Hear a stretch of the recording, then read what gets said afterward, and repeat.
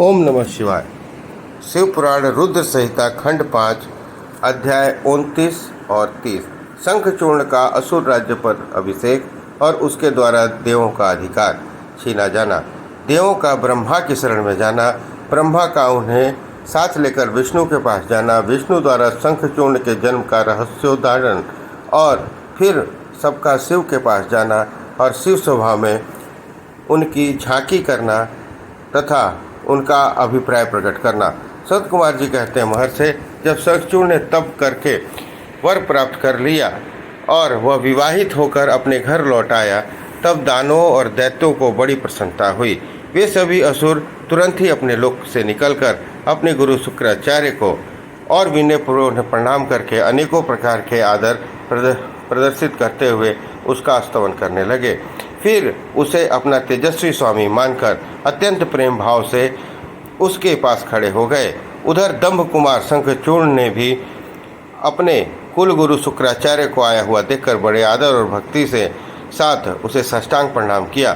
तदंतर गुरु शुक्राचार्य ने समस्त असुरों के साथ सलाह करके उसकी सम्मति से शंखचूर्ण को दानों और असुरों का अधिपति बना दिया। दंभपुत्र शंखचूर्ण पर प्रतापी एवं वीर तो था ही, उस समय असुर राज्य पर अभिषिक्त होने के कारण वह असुरराज विशेष रूप से शोभा पाने लगा। तब उसने सहसा देवताओं पर आक्रमण करके वेगपूर्वक उनका संहार करना आरंभ कर दिया। संपूर्ण तेज को देवता मिलकर भी उसके उत्कृष्ट सहन न कर सके, अतः वे समर भूमि से भाग चले और दीन होकर यत्त पर्वतों की खोहों में जा छुपे।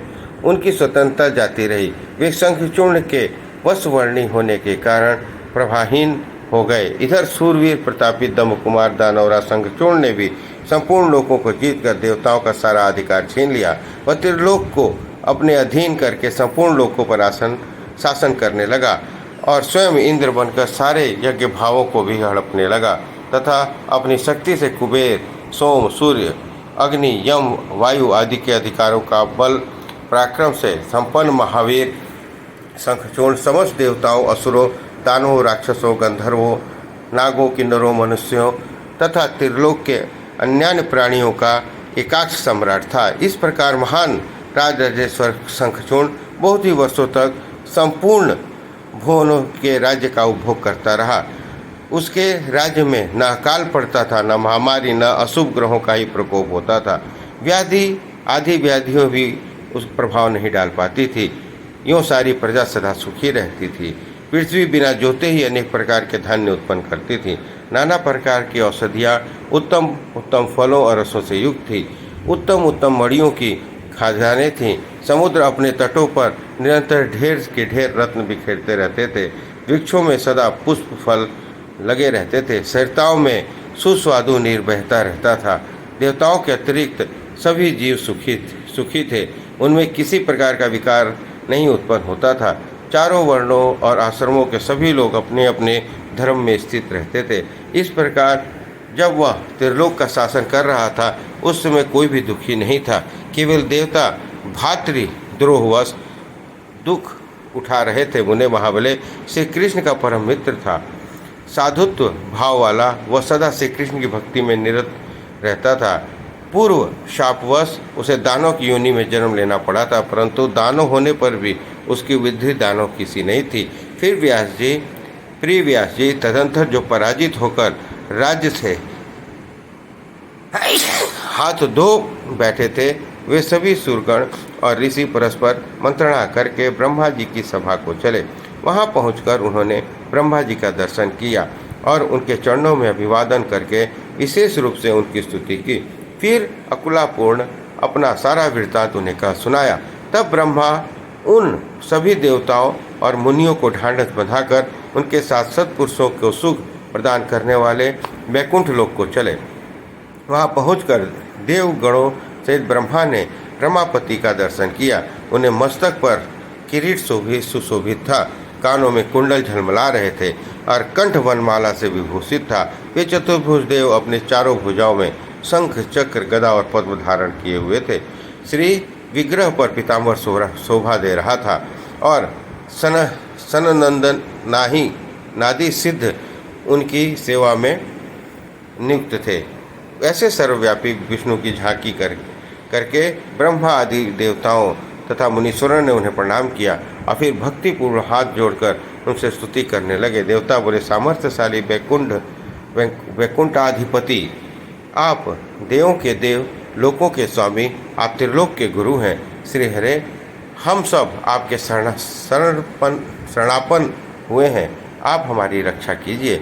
आपकी महिमा से कभी च्युत न होने वाले सर्वशाली त्रिलोकेश, आप ही लोकों का पालक है। गोविंद लक्ष्मी आप में ही निवास करती हैं और आप अपने भक्तों का प्राण स्वरूप हैं। आपको हमारा नमस्कार है। इस प्रकार स्तुति करके सभी देवता श्री हरि के आगे रो पड़े। उनकी बात सुनकर भगवान विष्णु ने ब्रह्मा से कहा। विष्णु बोले, भगवान, मैं वैकुंठ योगियों के लिए भी दुर्लभ है। तुम यहाँ किस लिए आए हो? तुम लोग कौन सा कष्ट आन पड़ा है? ये यथार्थ रूप से मेरे सामने वर्णन करो। सनत कुमार जी कहते हैं, मुने, श्री हरि का वचन सुनकर ब्रह्मा जी ने विनम्र भाव से फिर सिर झुकाकर उन्हें बारंबार प्रणाम किया और अंजलि बांधकर परमात्मा विष्णु के समक्ष स्थित हो देवताओं के कष्ट से भरी हुई शंखचूर्ण की सारी करतूत का सुनाई। तब समस्त प्राणियों के भाव के ज्ञाता भगवान श्री हरि इस बात को सुनकर हंस पड़े और ब्रह्मा से उस रहस्य का उद्घाटन करते हुए बोले।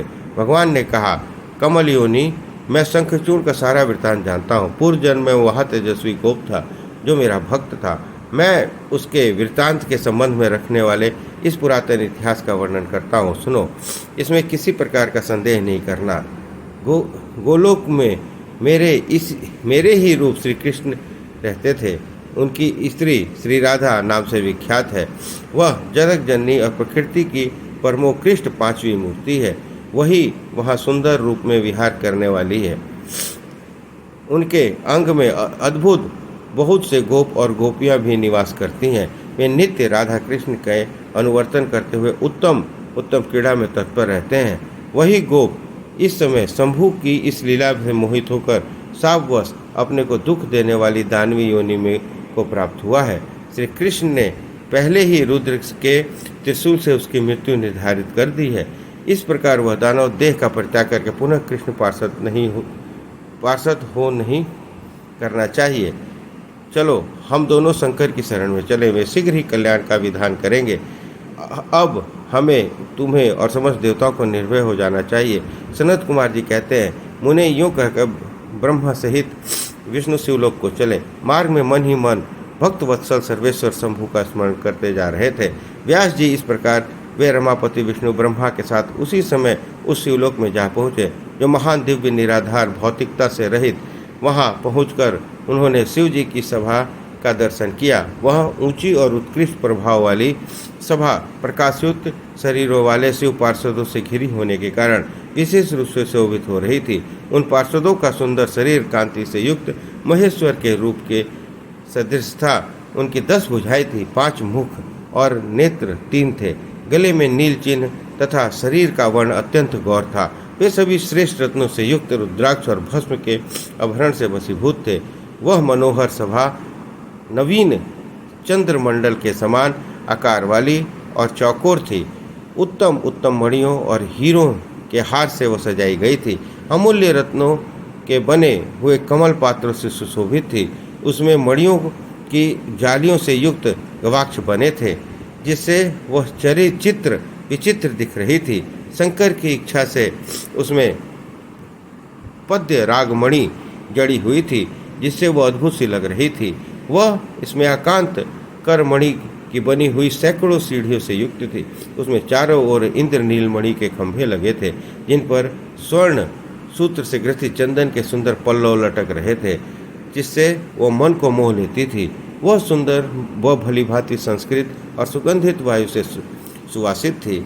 1 सहस्त्र योजन विस्तार वाली यह शोभा बहुत से किंकरों के से खचाखच भरी थी, जिनके मध्य में अमूल्य रत्नों का द्वारा निर्मित एक विचित्र सिंहासन था। उसी पर उमा सहित शंकर विराजमान थे।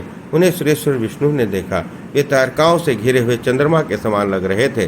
वे किरीट कुंडल रत्नों की मालाओं से विभूषित थे। उनके सारे अंग में भस्म रमाई हुई थी और लीला कमल धारण किए हुए थे। मन उल्लास से भरे हुए उमाकांत का उन्हें सुवासित तांबूल प्रदान किया था, जिसे चबा रहे थे। शिवगण हाथ में श्वेत चांवर लेकर परम भक्ति के साथ उनकी सेवा कर रहे थे और सिद्ध भक्ति व सिर झुकाकर उनके स्तवन कर रहे थे। वे गुणातीत परेशान त्रिदेवों के जनक, सर्वव्यापी, निर्विकल्प, निर्विकार, शिक्षा अनुसार साकार, कल्याण रूप स्वरूप, माया रहित, अजन्मा, आद्य, माया के अधीश्वर, प्रकृति और पुरुष से भी तत्पर, सर्वसमर्थ, परिपूर्णतम और समता युक्त हैं। ऐसे विशिष्ट गुणों से युक्त शिव को देखकर ब्रह्मा और विष्णु के हाथ जोड़कर उन्हें प्रणाम किया और फिर वे स्तुति करने लगे। विविध प्रकार की से स्तुति करके अंत में वे बोले, भगवान आप दीनों और अनाथ के सहायक, दीनों के प्रतिपालक, दीन बंधु, त्रिलोकी के अधीश्वर और शरणागत वत्सल है। गौरीश कृपा कीजिए नाथ, हम आपके अधीन हैं, अब आपकी जैसी इच्छा हो वैसा करें। इस प्रकार शिव पुराण रुद्र संहिता खंड 5 अध्याय 29 और 30 संपन्न हुआ। बोलिए हर हर महादेव।